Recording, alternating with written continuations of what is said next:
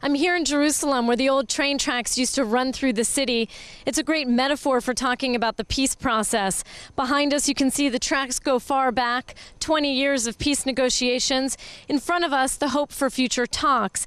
But on each side of these tracks are the Palestinians and the Israelis, and they're absolutely divided right now. And that didn't change on Friday night when both leaders addressed the UN General Assembly. They didn't inch one closer to each other's position. Interestingly enough, Israelis and Palestinians weren't bothered by that. They both felt that their leaders said and did the right thing. Let's listen to what Israelis and Palestinians had to say.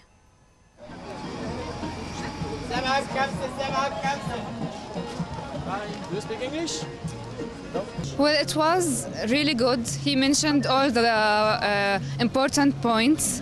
And I hope they will thought about giving us our state, though it's not all Palestine, just the West Bank and Gaza, but for the main time, it's enough for us to reorganize ourselves and get our dignity back and live in a peaceful life.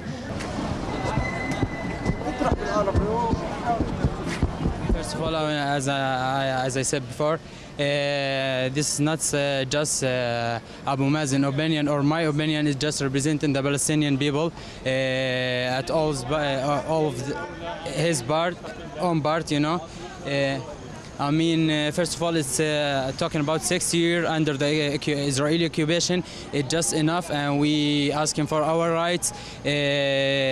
South of Sweden, I think, left to America that it want its right to be set and free. America, Obama, first of all, Obama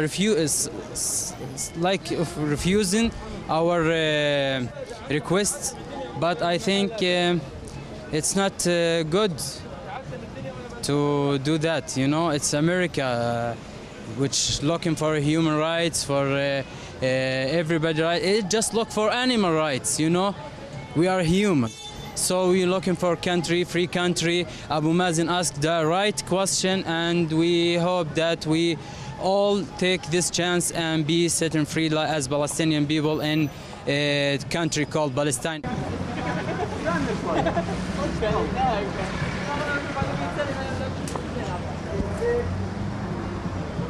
The speech was so good. From my own perspective, I think it was good. Yes, why? Because we in Palestine have, we must, and we, listen. Let's gonna redo it. Okay, well, it's good.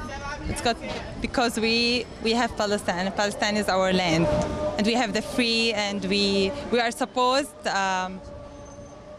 We are supposed to get it free and to have the chair at the United Nations. We must have this chair.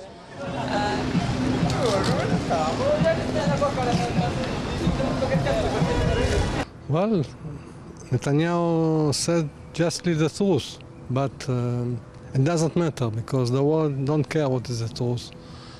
They want another thing. We don't have never support in the UN, so they have automatically all the Arab countries vote for them. So it doesn't matter what Netanyahu said, it matters what the world think.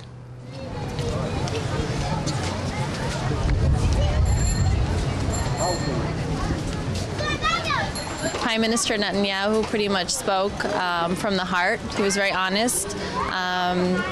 I think he pretty much said what every Israeli feels. Everybody wants peace. We want to have peace with the Palestinians. But I guess the problem right now is that we really feel like we don't have a peace partner, that there's no partner in peace. We really want to talk. We want to talk honestly. Want to sit down together at the same table. And make sure everybody says, you know, what they think. Both sides correspond correctly. And we feel like we don't have a partner right now, but I don't think that there's any Israeli that doesn't want peace right now.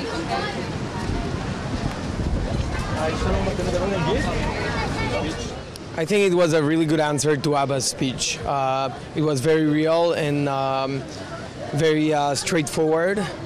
It's the same rhetoric that he keeps on using in all his speech, but I think it's all real, and I really hope that the international view and perspective changes after this.